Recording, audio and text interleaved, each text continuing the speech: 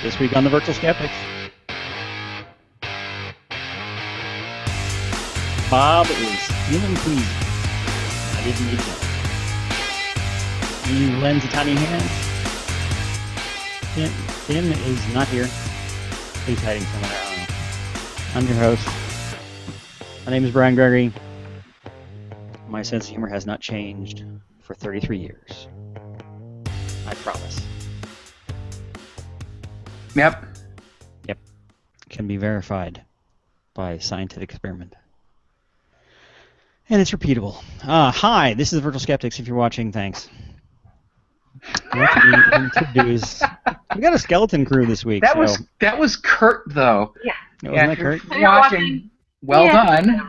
Do you want a cookie? Fine. But enough about you. The skeleton crew this week is Bob Blaskowitz, CSI's conspiracy guy, web columnist, blogger for Skeptical Humanities, and Skepticality contributor, and Eve Siebert, editor and blogger at Skeptical Humanities and contributor to Skepticality and Insight at skeptic.com. Unfortunately, we are minus a Barbara and minus a Tim this week for various reasons that we don't understand, and we're going to hold against them later. But this should still be fun. I promise. Sure. And on that note, his promise. So, get your refunds from him. That's right. Yes. It is all my fault. Let's see. If you want to participate in the shenanigans, you can in various ways. You can tweet with hashtag Virtual Skeptics. You can use the Q&A app on Google+. And you can comment on the YouTube, and we will try to pay attention to all of you, including you, Pierre Cloutier, who comments every time. Thanks, because that's awesome. Trivia question this week. Tim was nice enough to leave one for us. Is that nice of Tim? Wherever he is. I guess he went off to do something, much more fun. Hang out with us, I guess. Yeah. I think he was working. I think that was the problem. Yes, that's a common excuse. Yeah. Okay, this is the question. I'm going to read it now. Here it comes. Is this it? Yes. The common scam known as 419 fraud is called that because 419 is the number of the law against it in what country? Tweeted.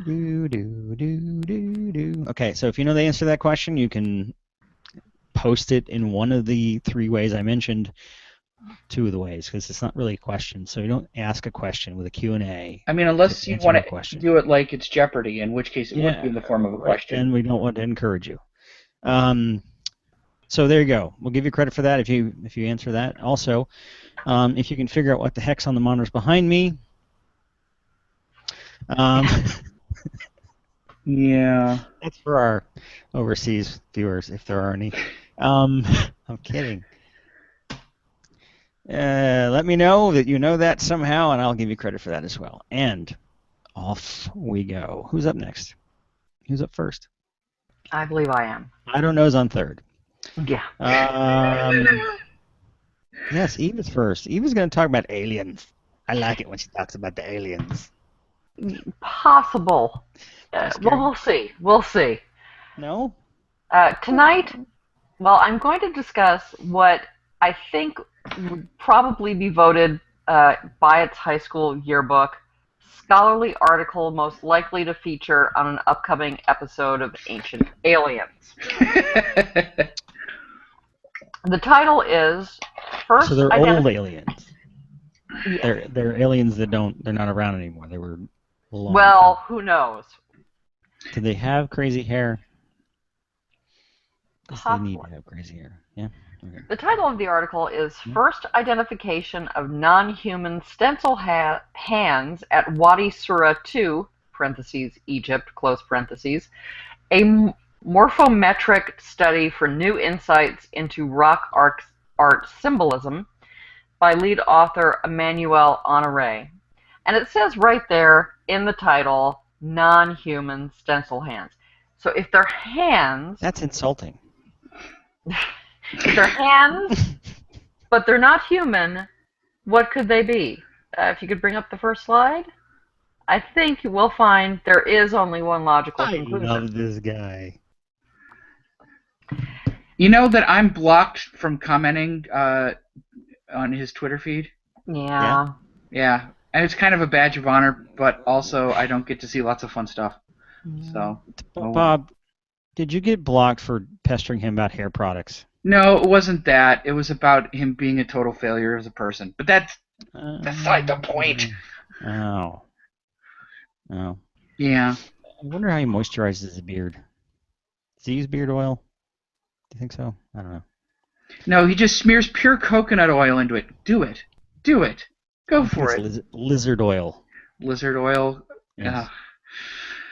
So, Eve, you had a story or something? Yeah. As you may know, there are prehistoric cave and rock paintings all over the world. They depict many different things, but one commonality is hand stencils, where a hand is held up to the wall and then pigment is blown to end up with a hand. So the next slide is an example from the appropriately named Cueva de las Manos in Santa Cruz, Argentina. Lots and lots of hands. Yes, and that of course means Cave of the Hands. In 2002, archaeologists Massimo and Jacopo Foggini and Ahmed Mestakawi discovered the cave known as Wadi Sura II in Egypt in the Libyan desert. It's not actually a cave, but rather a shelter with a rocky overhang. Nearby in 1933, another less well-preserved shelter had been found, which is known as Wadi Sura I, or the Cave of Swimmers, which apparently plays an important role in the English Patient. Who knew? Yeah. Who knew? Wadi Sura II I saw that someday. Yeah. I think I did. I don't remember. Yeah, I didn't. Wadi Sura II, also called the Cave of Beasts. Not one of those. Yeah. Contains over 5,000 images, including human figures, animals, and fantastic or mythological creatures such as composite beasts and headless critters. The paintings were made they're between 7,000 and 8,000 years old, which really isn't that old for as far as rock paintings or cave paintings go. There are some that are much, much, much older than that. According to Honoré et al., there are also around 900 handprints. If you could bring up the next slide, you can see that shows handprints and some paintings. I think you can see animals and human figures in there. I think the other one was better. Yeah, I know, but that's a different cave. Colorful. Yeah.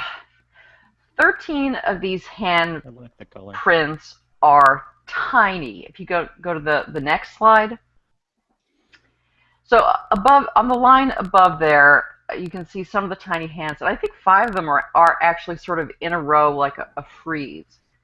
And then in the big picture, this is harder to see, but tiny hands are superimposed over or are within the normal sized hands. So you see the little. Sorry, go ahead. Yeah, so you see the normal hands inside the normal hands are little tiny hands. And the big hand looks like it has an extra finger. And the little silhouette of a guy, it looks like the robot devil from Futurama. Well, I can't really what it is. That's probably it. Yeah, it could be the robot devil. The apparent extra finger probably has to do with, more than one hand next to each other. But then the next slide shows line drawings of the 11 complete tiny hands. So, easier to see. They're way too pointy to be human. Spoiler. Yeah, actually, the line drawings are a little bit of a giveaway. It had been generally assumed that these tiny hands are the hands of bebes, or very young children, but Honoré thought there was something off about them. in the article, the authors say, the atypical profile, the very small dimensions, and the unexpectedly elongated proportions of these small hands led us to undertake a more precise identification of the stencils. The average length of the small hands is 45.3 millimeters from the base of the palm to the end of the medius digit.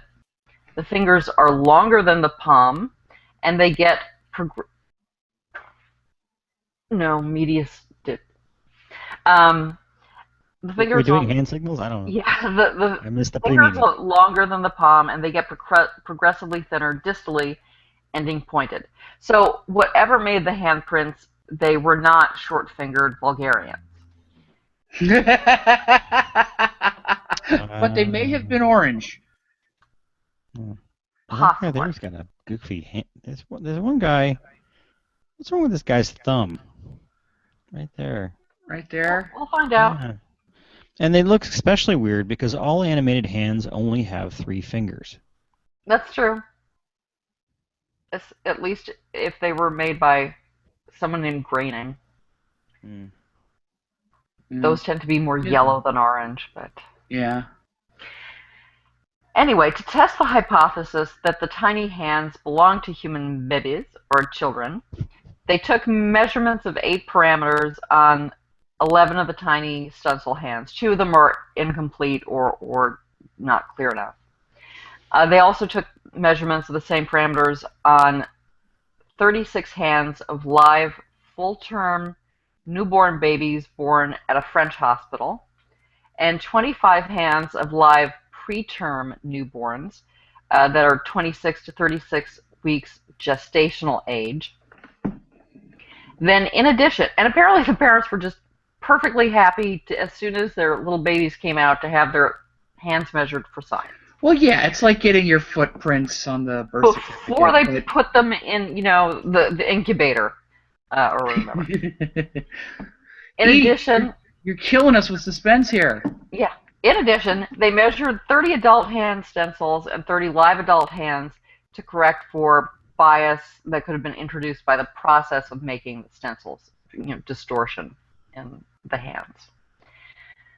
So first, while there is some robust scientific consensus that does suggest that babies, in fact, do have quite small hands, the stencil hands are even smaller. More importantly, though, many of the dimensions, and this is pretty clear from the line drawings, were off to a degree that makes it unlikely, very unlikely, that the stencil hands represent the same species as the full-term and preterm human babies.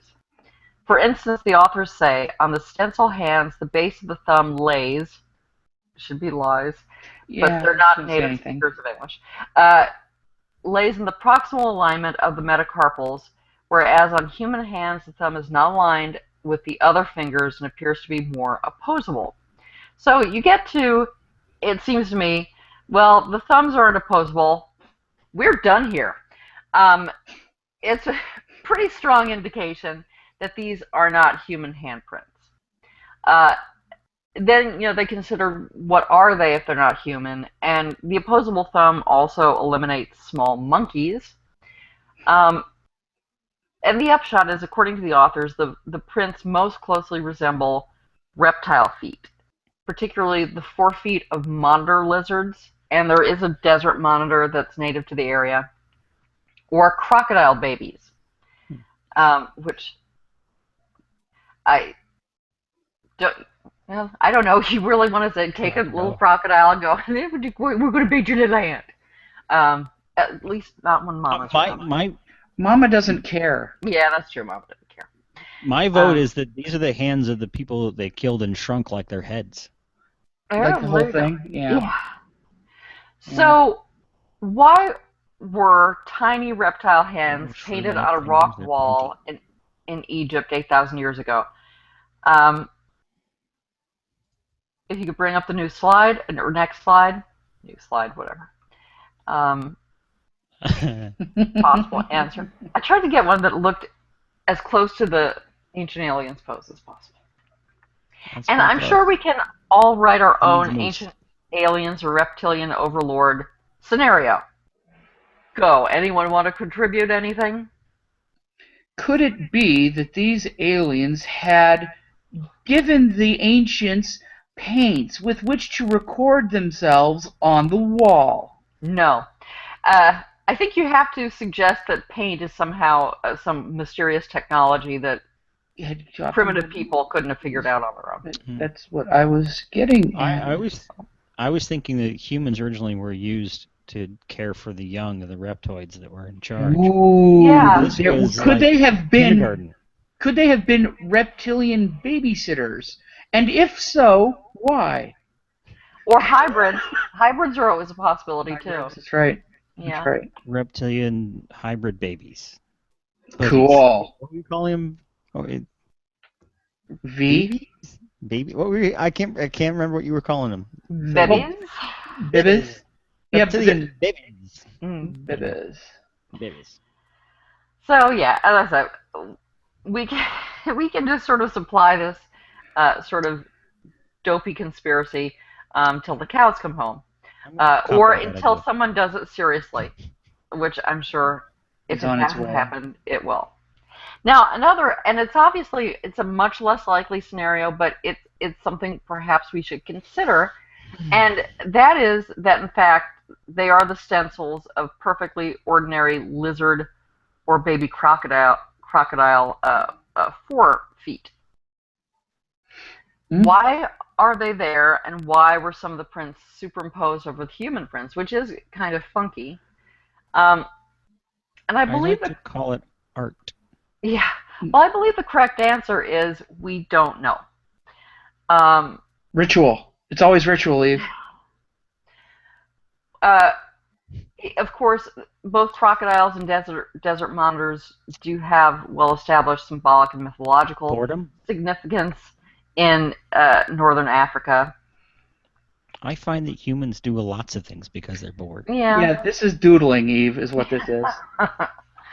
And Wadi Sura 2, in contrast to other rock paintings in the area, features a number of fantastic beasts that clearly have some sort of symbolic significance. As I said, the chimera type of animal and ones that don't seem to have heads. Whereas there are other rock paintings in the area, and those are more pastoral or I don't want to say mundane, but mundane. So this particular area seems to be one that has more of a symbolic element to it. And can we go back and take a look at that again? Can we see them now that we know what they are? Can we go back and look at them? Which one? The other one. The pretty one? This is the pretty one. That is a pretty one, but let's go ahead 2 more. This one? Yeah. The robot devil. Yes. Well, that's cool. I mean, it looks like art to me. How can you explain the extra finger? I don't actually see an extra finger. I think that pareidolia. That's how I explain it. Yeah, I would say. Yeah, skeptics. Yeah. So there's one at the top looks like a webbed foot. Yeah. Oh, don't give don't give them ammunition. That's Brian. Kermit's foot. He's been around for how long now? He's made felt. He's eternal. He's one of the old ones. So now you're creating a religion. And although animal feet are less common than human hands and limbs, there are other examples in rock art, particularly the tridactyl feet of flightless birds. So if you remember the Cueva de las Manos, the pretty one, as Brian called it, if you could bring up the next slide, this is another picture from that, and you can see there are some rhea feet in there. Oh, up in the top middle? There's a couple. There's one, I think, sort of in the middle, yeah. Yeah. And I think in Australia there are some cave paintings with emu feet in them. So while we may not know exactly why the reptile feet are there, or for that matter, we don't really know exactly why the human hands are there. And we may never know, because it's a really long time ago. But it is just remotely possible that it's not aliens. Mm. Hmm. You're such a buzzkill, Eve. I know. I know. That's cool. I think it's time travelers going back and making weird stuff to fuck with the historians. That could be. Or the History Channel, just to mess with the History Channel. Yeah. They're trying to make all the stuff on History Channel true. So they've already watched the History Channel, and they've gone back in time to try to plant evidence. I don't buy it. That means they watch the History Channel on purpose. Some people do. So, And, yeah. Wow. fun. Alien cave hand paintings. Yep. Reptilian babysitters. I'm just thinking about We have a weird show. You know that? Like, we have a really weird show. Yes, we do. I like it. This is why I do it. Because of the weird. All right. Do you think that for any... Because, some of those pictures had, like, white stuff on it. Do you think that they used any milk for that? Do you think that's one of the things they painted? Oh, that's good.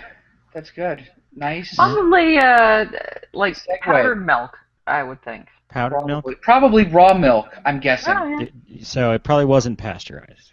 Probably not pasteurized milk is what I'm guessing. So, this story is about as close to breaking news as we get on the virtual Skeptics. No. Yeah. Yeah. So you may remember... Everybody's watching this. They're going to be watching this, like, next week. Oh, that's a good point. Oh, well, what can you do? So, we just had really great turnaround time, and no one appreciates it. That's what that means. So you may remember that just over a year ago, in January of 2015, when legislators in Victoria, in Australia, passed legislation to require farmers to put like these bittering agents into milk, raw, unpasteurized, so-called bath milk, after 5 children got sick, and 1 child died after drinking this so-called bath milk, work around the law. Well, this is America, and in America, by gum, we do the opposite of what they do in Australia. They have a mass shooting, they throw away weapons. When we have a mass shooting, we regret not having more guns around. Well, West Virginia, by far the worst Virginia of the two, just passed legislation legalizing the sale of baby murder milk.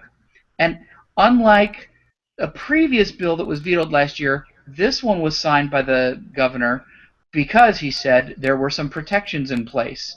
What are those protections? Well, if we look at the West Virginia Gazette Mail, we see that, quote, the legislation allows herd sharing agreements where people buy a share in a cow or other milk-producing animal and use that animal's raw milk. Anyone who enters such an agreement must sign a statement acknowledging the risks of raw milk, specifically that it may contain bacteria like Listeria, Salmonella, and E. coli. So, what if you just own the hoof, like a hoof? I don't know. It's like a cow timeshare. I was just thinking that. So if I only own 10% of a cow, do I only get 10% risk of being sick? That seems to be the right logic, because you know that bacteria honor legally binding documentation of idiocy. So sometimes they write legislation. It's true. So according to the Daily Cause, on the morning of the bill's passage, Republican and sponsor and baby murder milk enthusiast, legislator Scott Cadle. Baby murder milk, that's a good band name. Yeah. They toured the Capitol, giving out samples of what some people have called liquid disemboweling. That's raw milk. And a number of these legislators fell ill afterward. Now, on the internet, skeptics went potty over these legislators, well, going potty. The story, you see what I did there? It was wordplay. So the story was near the top of the Skeptics subreddit today. If you could go to my image for today. So you can see a couple of, the Skeptic subreddit had it. Rational Wiki, Kyle Hill retweeted Gawker. And then Yeah, the CFI. Center for Inquiry also shared the story, and so according to the well, okay, this is the thing. This is the problem. There's a very good chance that people getting sick had nothing to do with the raw milk that was passed around. Um, According to the Washington Times, uh, Dr. Rahul Gupta, the state's chief health officer, they told the AP that his office investigates 200 possible Related to the outbreak. Gupta. Rahul Gupta. This is his less photogenic brother, Sanjay. Really? No, Hmm. there are at Okay. least, yeah. There's another Is Gupta. Gupta like Smith? I have no idea. Yeah, Okay. and then some. Okay. Okay, cool. So 200 outbreaks a year, and he said he couldn't yet confirm the cause of this latest outbreak. Um, and then in the AP story, the one that's going to go farthest, he says, quote, "It's important to note that a lot of the information out there is alleged. It's important to conduct an investigation to figure out exactly the facts." West Virginia's Department of Public Health said Tuesday that it was investigating We're claims. all laughing at Blake's tweet because it was timely. It was investigating claims that the milk was responsible for a recent wave of illnesses, but several lawmakers who became sick said that they hadn't even had a sip, according to the Charleston Gazette-Mail.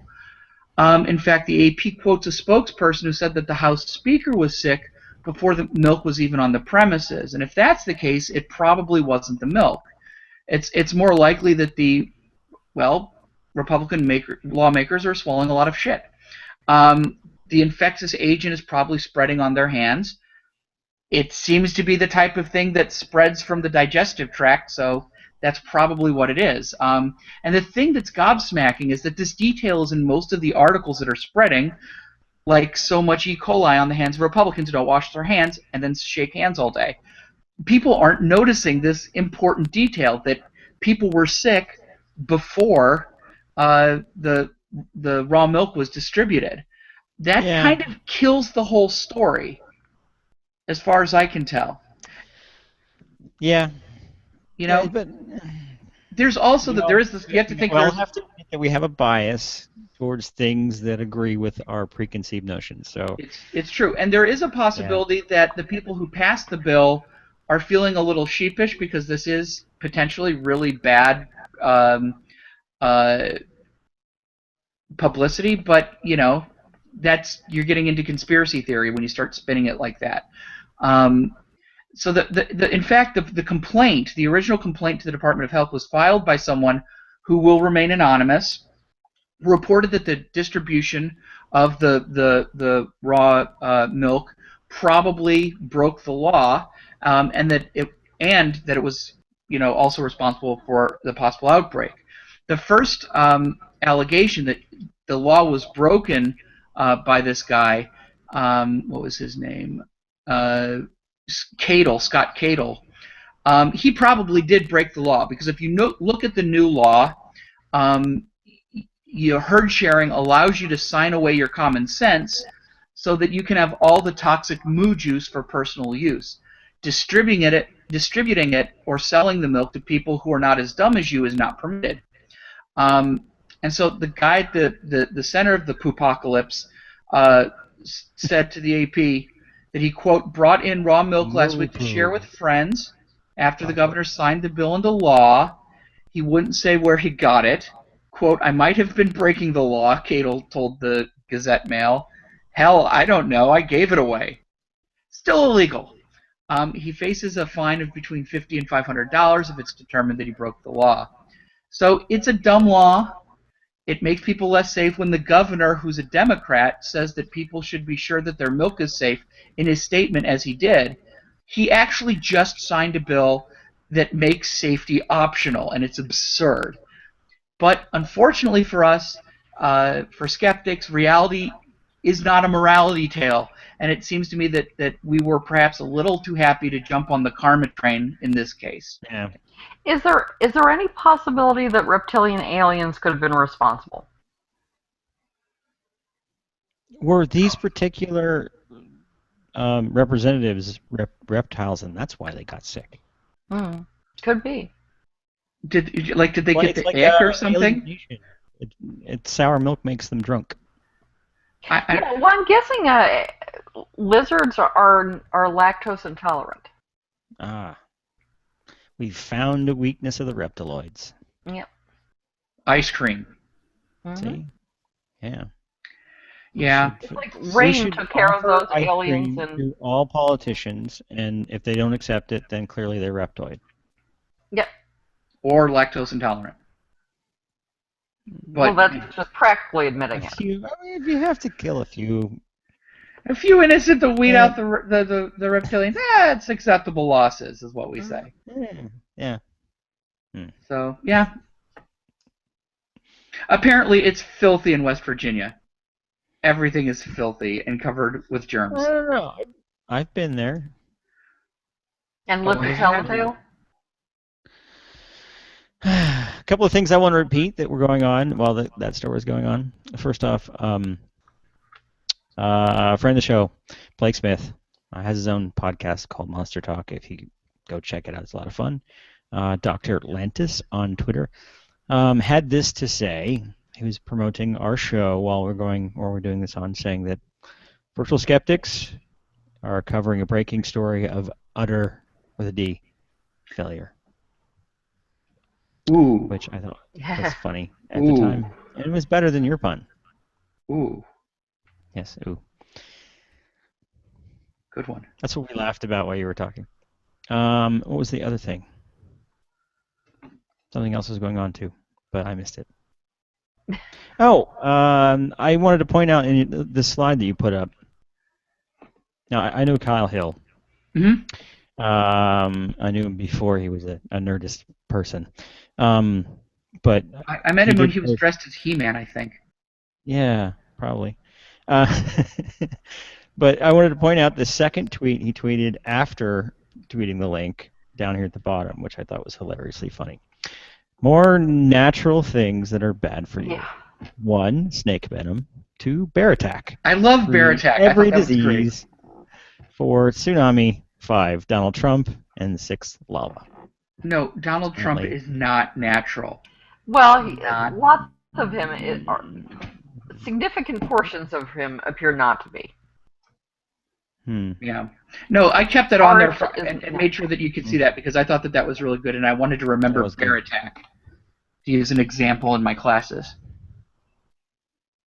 So, yep. Very uplifting. Beware the post hoc very downlifting people. kind of way. It'll get you. It'll get you. Yep. The whole idea of raw milk.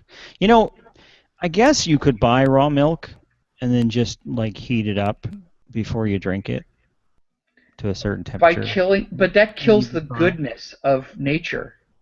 Yeah. And curdles the milk. It curdles it? I don't know. I think that exact thing is technically called pasteurization. Yeah. So. Yeah. Oh, they use pressure now. They pressurize the milk, and that bursts all the little cell walls, and it's all dead in there. Really? Yep. They don't use radiation?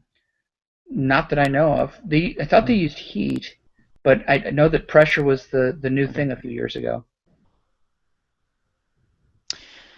Yeah. I know they use radiation to artificially ripen tomatoes and stuff like that, which is bizarre to me, and strawberries, which is weird, but it works. It also seems to kill things that you don't want to eat, which makes sense too.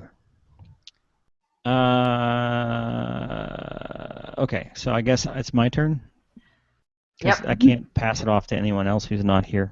Yeah. Let me play my little thing. I play it really quietly, because if you play it quietly, you won't get sued.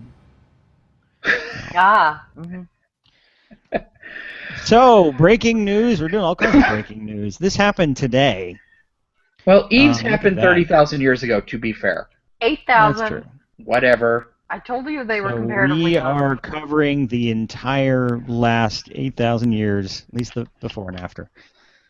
Okay, so this happened today. Google's AlphaGo computer, super smart, mega thing, beat a guy at a stupid game.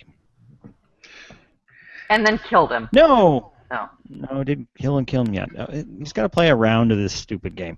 Now, the game is called Go. It's been around forever, and it's a game where you kind of it looks like Othello, but it's not. You have to kind of surround the other players' pieces, and its strategy. Apparently, there is so many combinations. It's crazy. I've never played it. I don't fully understand how you play it, but I think it's My probably. understanding is it's like the most complicated game. Like I would. I that don't know. it depends on real Maybe abstract. it's. Mhm. Well, I mean, the one thing they did mention in the article, because they compared it to chess, because computers have been beating us at chess for a long time now, that the tree of possible moves. What the computer has to do. This is the same method does plays chess. It knows all the possible moves, and it tries to build a probability tree of if I do this move, what'll happen next, and down the path of time, it tries to predict what it would be in a better position than it is now, and it tries to use that to build a strategy. My understanding is that with this particular game, there are so many possibilities that tree is huge, and it's like an order of magnitude larger than the one for chess, which makes this a difficult problem to solve. Although, in my mind, it's still the same problem. It just requires a whole lot more computing power. So in my mind, this is something. It seems like they've just Or thrown one of the a other things whole that they're lot doing more. it is to look at it as as a more abstract problem of pattern making. That's how it was explained on the Beeb. Yeah, Yeah. that's not the explanation I got. Okay. Um, but that would be cool if it's doing that. Yeah, I But didn't yeah. get that deep explanation on the article I read. Um, but apparently it's gotten pretty good at it, and it does play itself constantly. So it's not, the other thing that Deep Blue didn't do is it this shut up, Bob. This No, that's no. it runs scenarios in its head, essentially head in quotes, constantly, and every time it plays, it gets a little better. So he played a game today and beat a guy, apparently the best guy on the planet. He's playing him again, but now he's going to be better. So that's the idea. So hopefully this eventually it builds knowledge and will become a better player. It beat a guy named Fan Hui back in I think it was late summer last year, but he was only 663rd in the world as far as how good he is. Since then, it's gotten better, and the guy who played today, a guy named I'm not sure if I'm saying this correctly, Lee Sedol, has been the reigning champion of the game for a long time. I don't see the number in front of me, but years. He's been And, playing for 25 years, I think. yeah, he's been playing for a long He time, but needs a he's been break. champ for a while. Yeah. Yeah, I know. Eat something, man. Take a nap. Is the computer Although, British? Because it seems to have a little Union Jack by its name. I I don't know. At the bottom of the picture. no, huh? Weird. I don't know the purpose of the flag. Maybe it's an insult. I don't know. Yeah, I didn't get a lot of details on the actual hardware that they're using, but it's a big piece of machine that's got a little tiny output that shows the game interface. That would make sense if it's using some kind of pattern matching, some kind of pattern-based reasoning. Yeah, it was explained in the article right here. It's explaining it's using a brute force approach, which is the same approach Oh, that really? Deep Blue used for playing chess, which is it analyzes all the possible moves and then tries to improve its position as it goes. Yeah, maybe the The person who wrote this article didn't understand it. It Although could, this was it on could, this something is could on be lost IEEE in Spectrum, translation so too. yeah, So, that's true too. but the other guy, there was an interview with him, and they were trying to get him to predict. He's like, I don't get nervous about these games anymore. I used to when I was a kid. When I started playing when I was 12, I would be nervous. But now I'm pretty confident. But the Google people seem to be really confident too. So no, I'm not going to make a prediction. Yeah. Yeah. So it doesn't Unfortunately, train. sorry.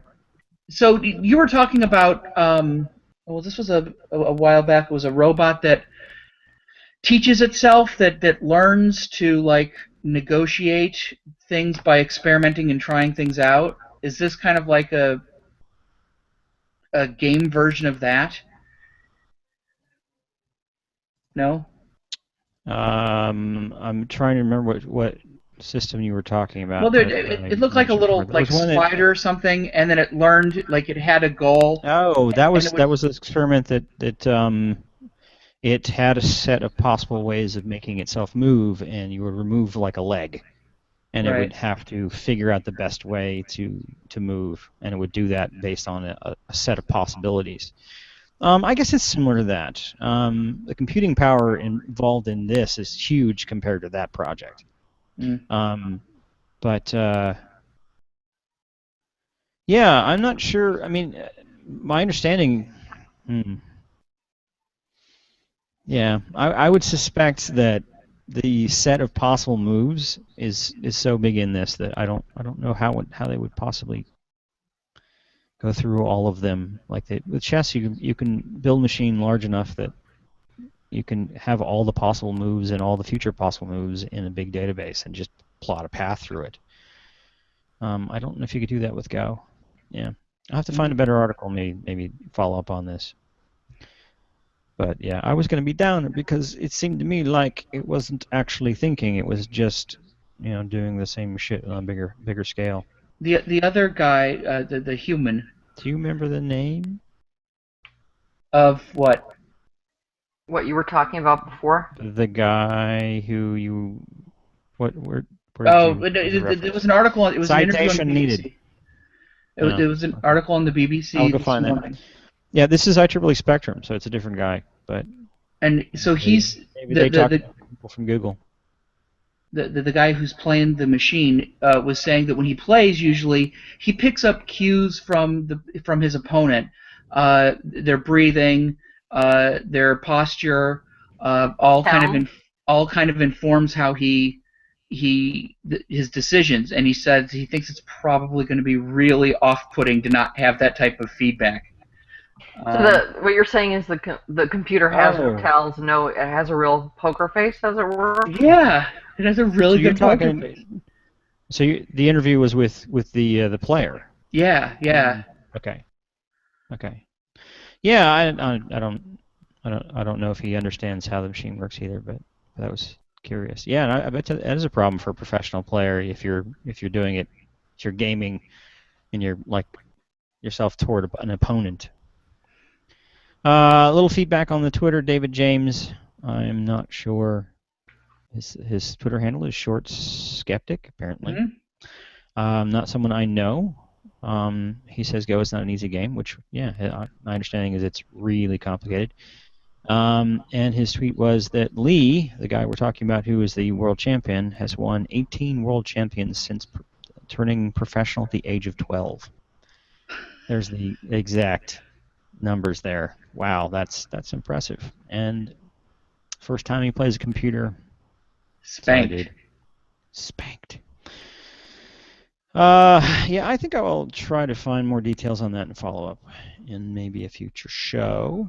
But Well, I we'll have have one the more results, story. won't we, by next time? Yes, definitely. They'll be everywhere, just like the Watson Jeopardy thing was everywhere. Now, this is a follow-up on another story I talked about a while back, and this is the same video I played last time because the new video it's really hard to tell what's going on in it. But this is SRI. SRI is it's Stanford Research Institute. It's associated with Stanford University, but it's their group that looks for projects that they can build into companies and patent stuff, and it's like their business arm.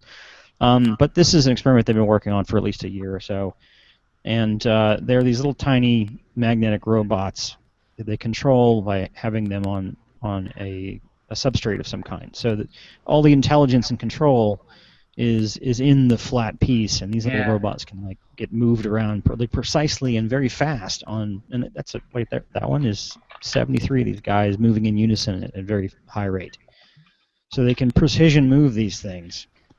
And they did some experiments with this was at least a year ago. I think it was over a year ago. They did some experiments of doing some assembly. So they have these two little robots on here that are coordinating. One's placing the glue, and the other one is moving in the little pieces to build stuff. And the next scene, I think, is an even cooler one where they're kind of building a structure. But I like to think of it as being driven by ants.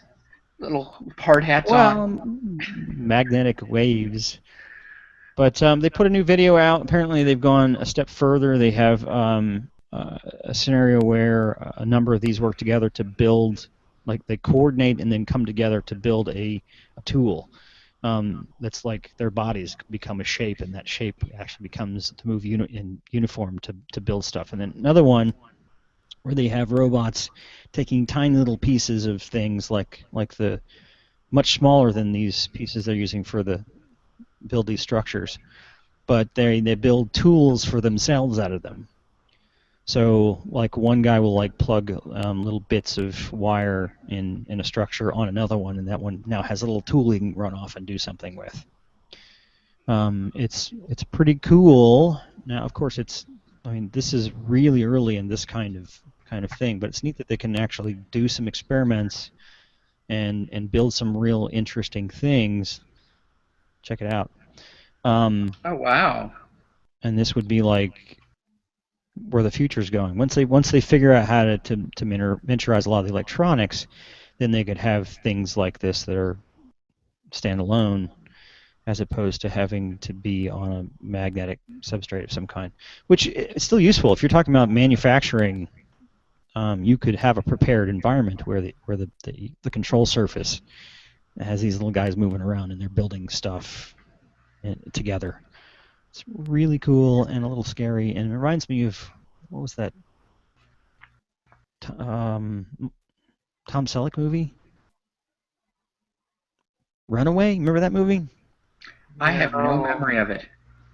Yeah, it was a technology fear movie back in the, I think, 80s sometime, and it had little robot killers that would find people and kill them. And it also was the first time they had guided bullets in a movie that I know of. So you could shoot a bullet and it would go around corners. But yeah, that's what it reminds me of, the little assassin bugs.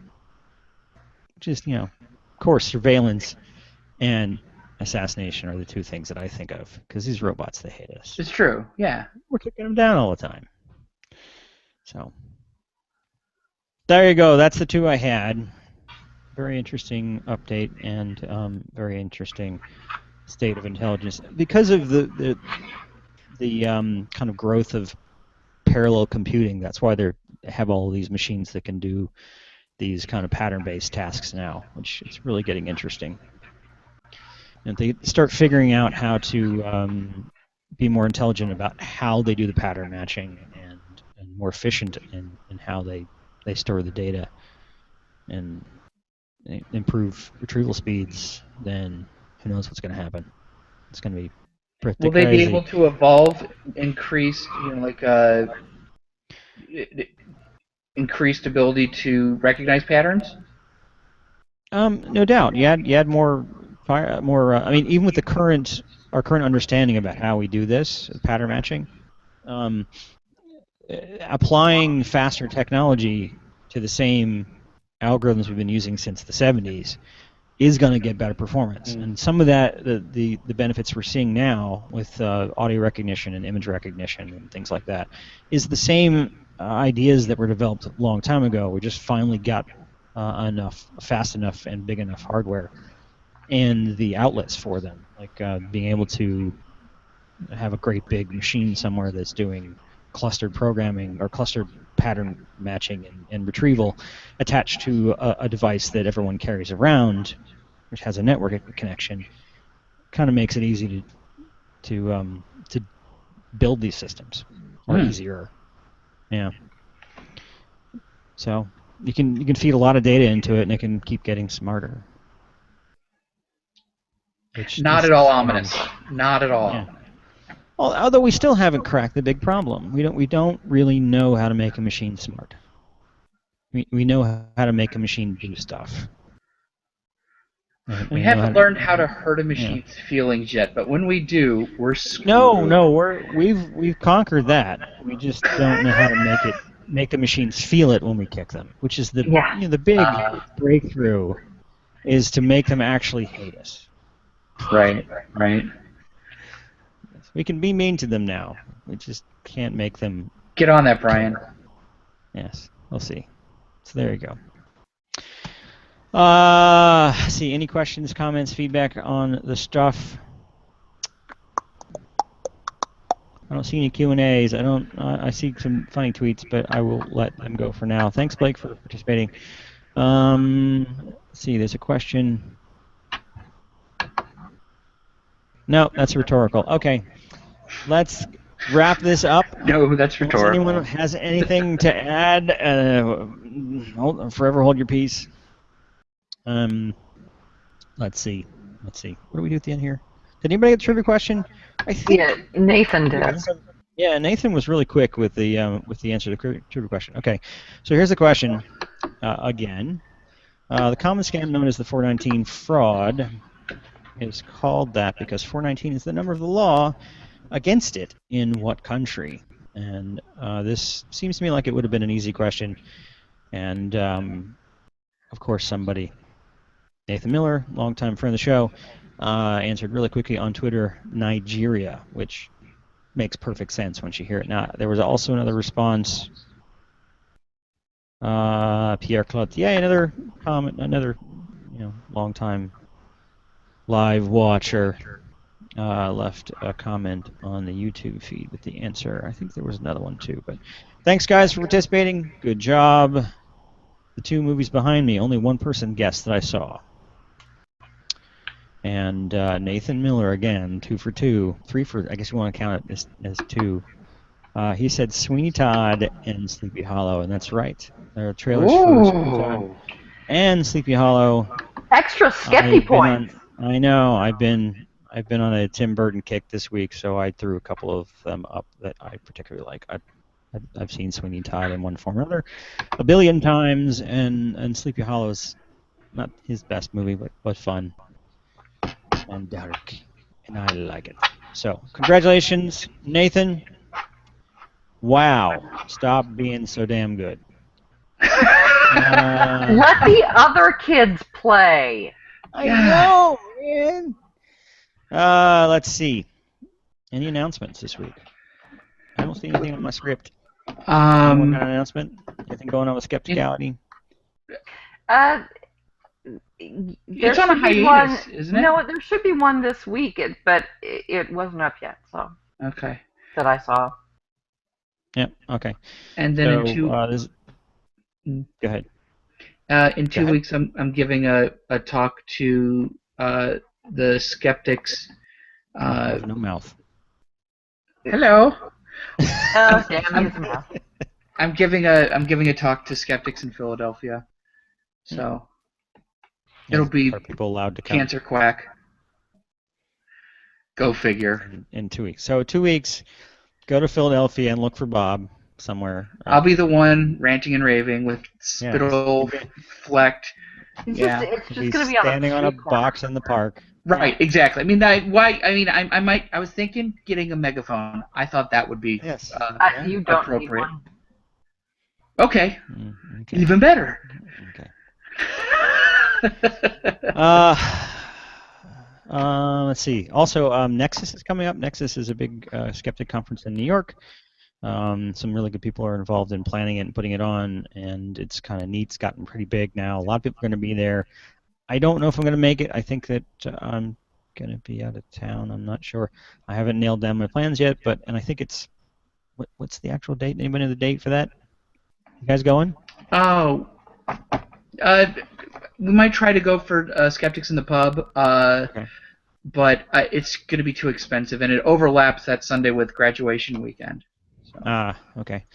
But there's going to be other people there, and I will remind you again before the time comes so that if you're possible of being around at the time, you should at least stop by for the Drinking Skeptically, if not for the whole conference. That's always a lot of fun. And Balticon is coming up sometime. Balticon is not until after Nexus for a little while. Oh, okay. I'm thinking I might not be at Balticon either, but I haven't told anybody yet, and except for you guys that are secret here just on the podcast. But hold on, I need to tweet that. Yeah. It's not. Yeah. People were planning on coming to your place for grilled cheese sandwiches. So this is quite disappointing. You shouldn't be posting those pictures of your grilled cheese sandwiches. Yeah, you bastard. Tease you. I cut them out of catalogs and I just post them on. Yes. It's all ruse. Okay. This is what I wish I was eating right now. I got it from Home and Garden. Never mind. Good. What's left? Book time? Do we have to do book time? Yes. Yeah. Big book this time. Everybody ready? You ready, Eve? Yep. Go ahead and dive right in. I have not heard mention of the boy killing anyone by direct assault, No. nor whether he harmed any livestock. But he was always playing pranks on people, much to their dismay. Most often he appeared to people in dreams, as is usual for these types of ghosts.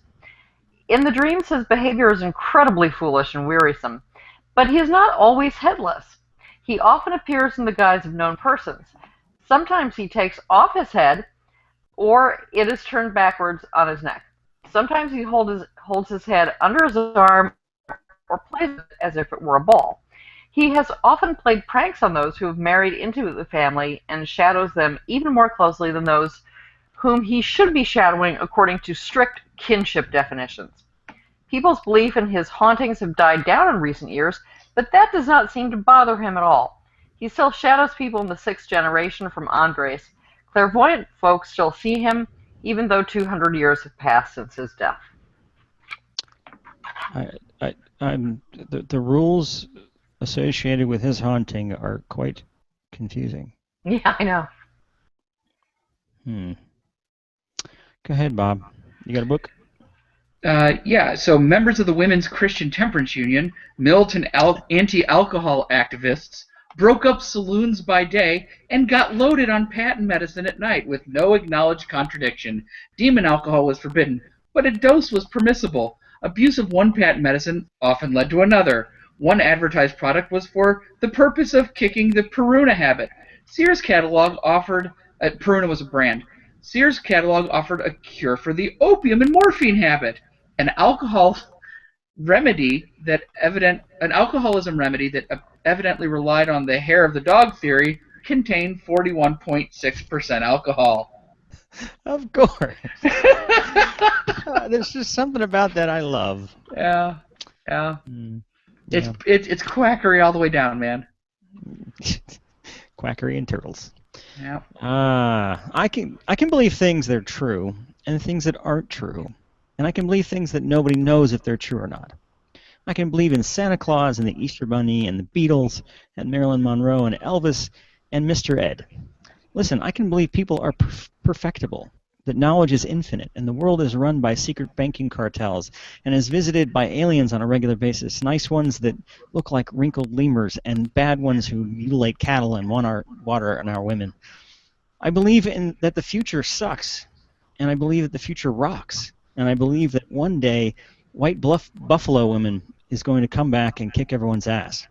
I believe that all men are just overgrown boys with deep problems communicating, and that the decline in good sex in America is coincident with the decline in drive-in movie theaters from state to state.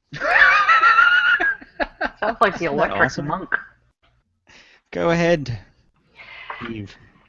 Icelandic ghost stories. Ghost All your translated by Philip Roughton, and thanks to Nathan Miller, um, uh, otherwise this great story would not have featured on Book Time. It's true. Ah, thanks, Nathan. Yeah. Stop being so awesome. Go ahead, Bob. So we had I read from Snake Oil Hustlers and Ham Bones: The American Medicine Show by Ann Anderson. That's a huge mouth. That's a big open mouth. It's a very, very carny-looking cover. That's cool. Mm-hmm. Turtles and Quackery. I think I've probably done this on the show before, but I love this author so much. And I got a new copy of this book. My son gave me a really one of those fancy copies that actually has 2 books in one.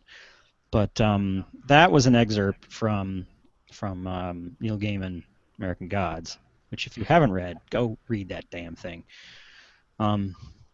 There's a wonderful kind of tour of House on the Rock in it as well, which is a place that I haven't been yet, but yeah, you guys have been there. The damnedest thing. Yeah, but I haven't read American Gods because he still co-wrote that Beowulf movie, and I still have not forgiven him. Well, forgive him because his other stuff is good. So I know that's a sensitive topic for you, but there you go. Yeah. Are we done? Are we done? Anyone have a question, a comment, a lament, I don't know. A keening wail, Bob? Your keening wail? Keening wail? What about my keening wail? Well, he was suggesting laments. I just thought maybe. Whoa! Okay. Thanks everybody for watching, and yay Johnny Depp. Random. Here's the logo. Here's the music. The Virtual Skeptics is an independent production of whatstheharm.net, Skeptical Humanities, myself, ICBS Editor, and Delphi News. Our logo is designed by Sarah Lee at sarahlee.com, and our music is by Musicant, and used with permission. No reptiles were harmed in the filming of this episode, as far as we know. A few legislators were.